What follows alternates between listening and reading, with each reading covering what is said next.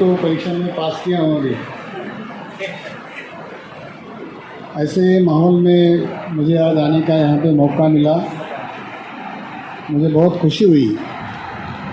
एक ऐसे संस्था में मैं आ रहा हूँ कि जहाँ पे जो माइनॉरिटी के लोग हैं उनके जो समस्याएं हैं, ख़ास तौर पे बुनियादी समस्याएं हैं, उसको सॉल्व करने के लिए बहुत अच्छी तरीके से प्रयास यहाँ पे फिरोज भाई कर रहे हैं। वो जिस तरीके की मराठी बात करते हैं, मुझे तो पहले लगा कि ये कोई मराठी का लेक्चरर है जब पहले वो मुझे मिले। अभी वो क्यों हिंदी में बात कर रहे थे मुझे समझ नहीं आ रहा था, क्योंकि सब लोग जो भी मेरे से भी बात कर रहे थे वो मराठी में बात कर रहे थे, और यहाँ आने के बाद में माहौल एकदम बदल गया। और ऐसा लगता है कि सच्चर कमेटी ने जो बताया था वो यहीं पे हमको दिख रहा है। राजेंद्र सच्चर ये कोई मुस्लिम व्यक्ति नहीं था। जो सुप्रीम कोर्ट के जज थे एक हिंदू ब्राह्मण आदमी था। उन्होंने जो रिपोर्ट लिखा है वो पूरे मुस्लिम समाज की सच्चाई पूरे दुनिया के सामने रखी हुई है। क्या सच्चाई बताइए? इतनी बुरी हालत है मुस्लिम समाज की कि जिसके बारे में बताया जाता है कि 6-7 हज़ार सालों से जिन पर बहुत जुल्म किया गया, ऐसे जो अनुसूचित जाति जमाती के जो लोग हैं उनसे भी बेहतर स्थिति ये मुस्लिम समाज की है। वो फिर एजुकेशन के क्षेत्र में हो, नौकरी के क्षेत्र में हो या इनकम के क्षेत्र में हो, हर जगह पे हमारी हालत बहुत बुरी है। ये राजेंद्र सच्चर नाम के एक बड़े सुप्रीम कोर्ट के जज ने केंद्र शासन को दिए हुए रिपोर्ट में ये बयान की हुई बात है, और ये सब पूरा सर्वे करने के बाद में ये नतीजे पर वो आए थे। तो ऐसे सूरत में क्या करना चाहिए, इसके बारे में गवर्नमेंट ऑफ इंडिया ने उनका रिपोर्ट वो सब एक्सेप्ट किया, और उसके बाद में इनकी हालत सुधारने के लिए क्या करना चाहिए उसके जो उपाय बताए थे सच्चर ने, वो उपाय का अमल करने के लिए गवर्नमेंट ने कुछ स्कीम बनाई है। अभी यहाँ पे हैदर साहब बता रहे थे, वो अभी नहीं हैं, वो रहते तो मैं बताया होता कि जो स्कीम बनाई है वो स्कीम से यहाँ पे जितने लोग बैठे हैं मुझे एक ने तो भी बताना चाहिए कि वो स्कीम में से एक आधे स्कीम का यहाँ पे किसी ने तो भी लाभ उठाया है। बड़ी मुश्किल बात है कि हर साल का बजट 2014 के बाद में का बजट यदि हम देखें तो अल्पसंख्यक के लिए जो बजट है वो हर साल कम होने लगा है। इतनी सारी महंगाई बढ़ने के बाद में भी जो सारे स्कीम के लिए पैसा जिस तरीके से होना चाहिए, फंड्स जितने होना चाहिए, उससे हर साल कम हो रहे हैं। अभी बताया गया कि स्कॉलरशिप की बात है, बच्चों को स्कॉलरशिप तो ज़रूर है माइनॉरिटी के। अभी मैंने 3 साल पहले से लेटर लिखना शुरू किया गवर्नमेंट ऑफ इंडिया को, काय के लिए कि जो बच्चे मैट्रिक के अंदर है, 5वीं में, 6वीं में, 7वीं में, इन बच्चों के लिए स्कॉलरशिप का प्रावधान उसमें है। क्या है स्कॉलरशिप? स्कॉलरशिप मिलती है 1000 रुपये, साल भरे की 1000 रुपये। वो सब बच्चों को मिलती है क्या? जिन्होंने ऑनलाइन एप्लीकेशन किया उनको सबको नहीं मिलती। 30 to 40%, 30 या 40%, 100 बच्चों ने एप्लीकेशन किया तो 30 या 40 बच्चों को जो फॉर्चुनेट है उनको मिल जाता है। वो कोई बड़ा मेरिट पर डिसाइड नहीं होता। 30-40% बच्चों को वो स्कॉलरशिप मिलती है। उसके लिए खर्च कितना होता है? उसको तहसीलदार के पास जाना है, वहाँ से इनकम का सर्टिफिकेट लेना है, ऑनलाइन एप्लीकेशन करने के लिए साइबर कैफ़े में जाना है। एक 400-500 रुपये का खर्च करने के बाद में यदि उसको आप 1000 रुपये दोगे तो स्कॉलरशिप के लिए लोग आगे जाते ही नहीं, आगे आते ही नहीं। और इतना खर्चा करने के बाद में भी 1000 रुपये मिलते ही इसकी कोई गारंटी नहीं। ऐसी स्कॉलरशिप की आज की अवस्था है। जो अभी हैदर साहब ने बताया कि आपको फॉरेन को एजुकेशन में जाना है, तो वो तो मजाक की बात है। 20,000 25,000 रुपये मिलते हैं। आपको यदि हार्वर्ड में एडमिशन लेना है तो साल का खर्चा कम से कम 60 से 70 लाख है। 20,000 और 25,000 में आप क्या करने वाले हो? कोई भी लोग बाहर की जितने भी यूनिवर्सिटीज़ हैं 40 लाख के नीचे साल का खर्चा नहीं है। उसके लिए उतनी सारी स्कॉलरशिप नहीं मिलती है, बहुत कम स्कॉलरशिप दी जाती है। इसमें बदल होना बहुत ज़रूरी है। हम लिख रहे हैं गवर्नमेंट को, मैं 2 बार दिल्ली को जाकर भी आया।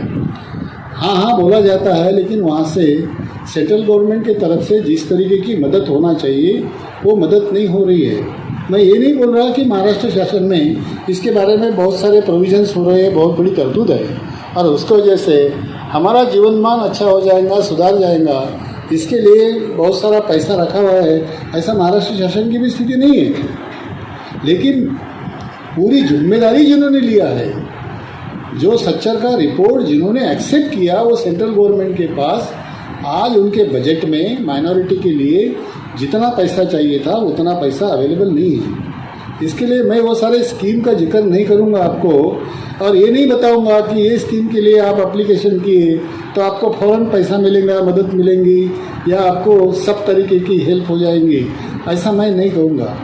क्योंकि आयोग काय के लिए है, हम काय के लिए है। हम आपको कोई फंड निकाल के कुछ देने के लिए यहाँ पे आयोग नहीं है।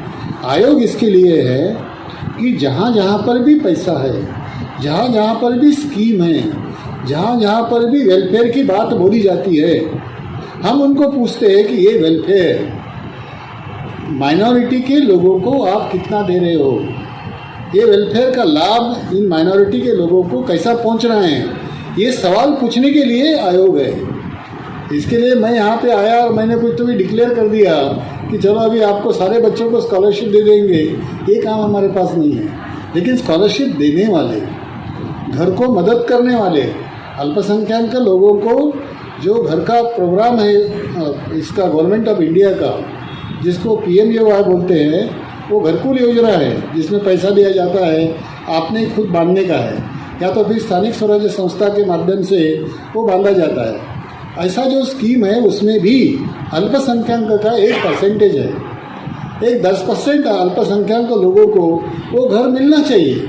वो क्यों नहीं मिलता, ये पूछने का अधिकार आयोग को है। हमारे पास राज्य में हमको है और केंद्र शासन में भी एक नेशनल कमीशन है हमारी जैसा नेशनल का, उसके अध्यक्ष अभी आज आए हैं बम्बई में, कल मेरी उनसे बात हो रही है। तो ये सेंट्रल गवर्नमेंट के पास भी ऐसे ही पूछताछ करने के लिए आयोग है और हमारे पास भी यहाँ पे। इसके लिए अभी आपने जो यहाँ पे हमारे सामने जो एक प्रश्न रखा हुआ है जो घर का है, मुझे इस पर पक्का भरोसा है कि ये जो इस तरीके के हमारे जो प्रश्न हैं इसके बारे में डिपार्टमेंट को जहाँ पर भी जिससे भी संबंधित हो, जो ताल्लुक़ रखते हैं उस विषय के बारे में, उनको बुला के पूछने का हमारा अधिकार है। और क्यों नहीं कर रहे हो, क्यों मदद नहीं कर रहे, यदि इंजस्टिस है, पहले ये किराया था अभी क्यों बढ़ाया है, ये हम उनको ज़रूर पूछ सकते हैं। उसके लिए मेहरबानी की बात नहीं है, उनको फ़ोन करके भाई इनको मदद करो ऐसी बोलने की बात नहीं है। हम उसको लेटर दे सकते हैं, उनके पास से जवाब मांग सकते हैं, और हमारा यदि समाधान नहीं होता है तो तमाम अधिकारी को वहाँ पे आयोग में बुला सकते हैं और उनको पूछ सकते हैं कि ये नाइंसाफ़ी क्यों हो रही है। इस तरीके का काम जरूर, आपने जो प्रश्न हमारे सामने रखा है मेरे अभी पूरे समझ में नहीं आ गया, मैं उसको पढ़ूंगा। और माडा के जो कंसर्न अधिकारी है, और एक इत्तेफाक की बात है कि वहाँ पे अभी जो अध्यक्ष हैं वो हमारे मित्र हैं, वो एक अलग नाता भी है, गोसारकर बोल के वहाँ पे है, उनको मैं वैसा भी बोल सकता हूँ, उनको बुला के बोलने की ज़रूरत नहीं है। उनको शायद मैं ये बात सब पढ़ने के बाद में उनको यदि मैं फ़ोन पर भी बता दूँ तो शायद वो प्रश्न ज़रूर हल हो सकता है। इसके लिए अपन ज़रूर प्रयास करेंगे। और शिक्षा के क्षेत्र में जो भी करना पॉसिबल है, मुमकिन है, मुझे लगता है कि मैं आपकी ज़रूर मदद कर पाऊँगा। मैं शिक्षा के क्षेत्र में बहुत साल तक काम किया हूँ। मैं कुछ ऐसा, जैसे हैदर साहब यहाँ से गए, ऐसा कुछ जिसको ओरिजिनल पॉलिटिशियन बोलते हैं, वैसा कुछ ओरिजिनल पॉलिटिशियन वगैरह तो मैं नहीं हूँ। मैं डिपार्टमेंट में था, शिक्षण विभाग में था, शिक्षण विभाग में शिक्षणाधिकारी था, डेप्यूटी डायरेक्टर था, उसके बाद में joint director, joint secretary, director, ऐसे सब एजुकेशन के जितने भी पोस्ट है वो पोस्ट पर मुझे रहने का सद्भाग्य मिला हुआ है। तो अभी वहाँ से रिटायर होने के बाद में 15 साल पहले मैं रिटायर हुआ, और 15 साल पहले रिटायर होने के बाद में भी आपके ऑफिस में पहुँच सका मैं। तो ये सब बातों का मुझे जो तजुर्बा है उसका ज़रूर आपको मदद होगी। और भी कोई इस इलाके के मुस्लिम समाज के या और माइनॉरिटीज़ है, क्योंकि माइनॉरिटीज़ खाली मुस्लिम ही नहीं है, उसमें बुद्धिस्ट है, क्रिश्चियन है, सिख है, जैन है, पारसी है। पारसी वगैरह तो आते नहीं कभी हमारे पास, उनको ज़रूरत भी नहीं है किसी की मदद की। जैन लोगों को भी कोई मदद नहीं है। बुद्धिस्ट लोगों को भी अनुसूचित जाति जमाती की इसमें कुछ सहूलत मिल जाती है, वो भी बहुत कम आते हैं। कैथलिक भी बहुत कम आते हैं, जो आते हैं वो मुस्लिम समाज ही आता है, क्योंकि वो ज़रूरतमंद है। इसके लिए उनको मदद करने का काम हम जरूर करते हैं। जो भी हमारे पास आता है आयोग में, उसकी मदद पूरी तरीके से करने का प्रयास पूरा किया जाता है। वही मालवनी के नाम से कोई भी आने वाला है तो उसको ज़रूर मदद की जाएगी। इस तरीके का मैं आपको यहाँ पे यही एक आश्वासन आपको मैं दे सकता हूँ। इसके साथ में मैं मेरा हिंदी का भाषण समाप्त करता हूँ। बहुत बहुत शुक्रिया सर, बहुत अच्छी जानकारी सर ने दी है हमें कि जो फैक्ट है, हकीकत है वो बताई उन्होंने। कोई आपको चांद तारे नहीं बताया, लेकिन जो हकीकत है उसको आपके सामने रखा है।